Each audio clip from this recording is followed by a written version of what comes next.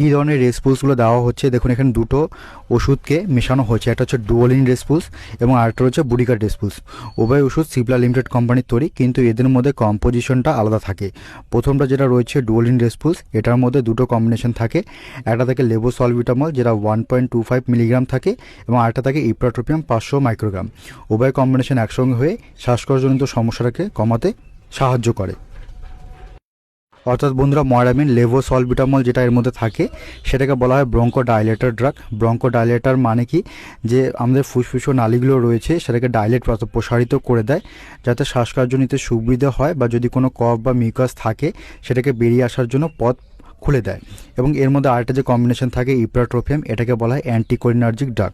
অর্থাৎ এটাকে অনেক সময় বলা হয় অ্যাসিটাইলকোলিন অ্যান্টাগনিস্ট ড্রাগও বলা হয়, যেটা মাংসপেশিগুলোকে অনেকটা অর্থাৎ স্মুথ মাসেলগুলোকে কন্ট্রাকশন হতে দেবে না, যার ফলে আর শ্বাসকষ্টজনিত সমস্যার ক্ষেত্রে বাধা সৃষ্টি করবে না। এবং বন্ধুরা, এটার মধ্যে যে আরেকটা রেসপুলস রয়েছে বুডিকার রেসপুলস 0.5 মিলিগ্রাম থাকে, এটাও কিন্তু সিপ্লা লিমিটেড কোম্পানির তৈরি।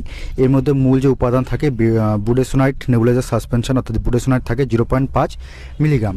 বুডেসোনাইট এক ধরনের স্টেরয়েড ড্রাগ, যে স্টেরয়েডটা কী করবে, আমাদের ফুসফুসীয় নালীগুলোতে এক ধরনের মেসেঞ্জার থাকে, সেই কেমিক্যাল মেসেঞ্জার রিলিজ হলে অনেক সময় শ্বাসকষ্টজনিত সমস্যা বেড়ে যায়, তো সেটা কেমিক্যাল মেসেঞ্জারগুলোকে রিলিজ হতে দেবে না, বাধা দেবে, যার ফলে ইনফ্লামেশন আর তৈরি হবে না, শ্বাসকষ্ট নিতে অনেকটা সুবিধা হবে। এবং বন্ধুরা, এখানে খেয়াল করবেন, ডাক্তারবাবু নেবুলাইজেশন করার পর ওষুধ দিয়েছেন। প্রথমটা দিয়েছেন ট্যাবলেট অথবা ক্যাপসুল অ্যালমক্স 500, যেটা অ্যালকেম ল্যাবরেটরিজ লিমিটেড কোম্পানির তৈরি, যেটা খাওয়ার ডোজ বলেছেন একটি করে ট্যাবলেট TDS মানে টায়ারিন ডাই, অর্থাৎ দিনে 3 বার করে খেতে হবে, কন্টিনিউ 5 দিন। তো অ্যালমক্স 500 মধ্যে যে কম্পোজিশন থাকে অ্যামোক্সিসিলিন থাকে 500 মিলিগ্রাম। এটা এক ধরনের অ্যান্টিবায়োটিক ড্রাগ, অর্থাৎ ব্যাকটেরিয়াল ইনফেকশন ট্রিট করার জন্য দেওয়া হয়। তো অ্যান্টিবায়োটিকের বিভিন্ন গ্রুপ থাকে, এটা হচ্ছে পেনিসিলিন গ্রুপের অ্যান্টিবায়োটিক, বা অনেক সময় এটাকে বিটা ল্যাকটাম অ্যান্টিবায়োটিক বলা হয়, কারণ এর মধ্যে বিটা ল্যাকটাম রিং উপস্থিত থাকে। এই অ্যান্টিবায়োটিকটা গ্রাম পজিটিভ এবং গ্রাম নেগেটিভ উভয় ব্যাকটেরিয়া এগেনস্টে কাজ করে। এরা ব্যাকটেরিয়ার সেল ওয়াল তৈরি হতে দেয় না, বাধা দেয়, যার ফলে ব্যাকটেরিয়াগুলো আর গ্রোথ হতে পারে না এবং মারা যেতে শুরু করে। তারপর দেখুন বন্ধুরা, এখানে ডাক্তারবাবু একটা সিরাপ দিয়েছেন সলবিউটামল।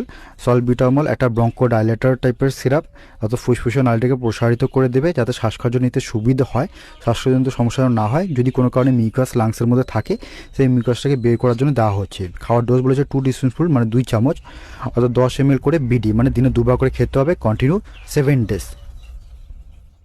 তারপর বন্ধুরা দেখুন, এখানে ডাক্তারবাবু একটা ট্যাবলেট দিয়েছেন। ট্যাবলেটটা হচ্ছে ভেন্টিডক্স MSR, এটা ম্যানকাইন্ড ফার্মা লিমিটেড কোম্পানির তৈরি, যেটা খাওয়ার ডোজ বলেছেন একটি করে ট্যাবলেট OD, মানে দিনে 1 বার করে কন্টিনিউ 10 ডেজ খাওয়ার পরামর্শ দিয়েছেন। এই যে ওষুধটা বলছি, এটার মধ্যে দুটো কম্বিনেশন থাকে, একটা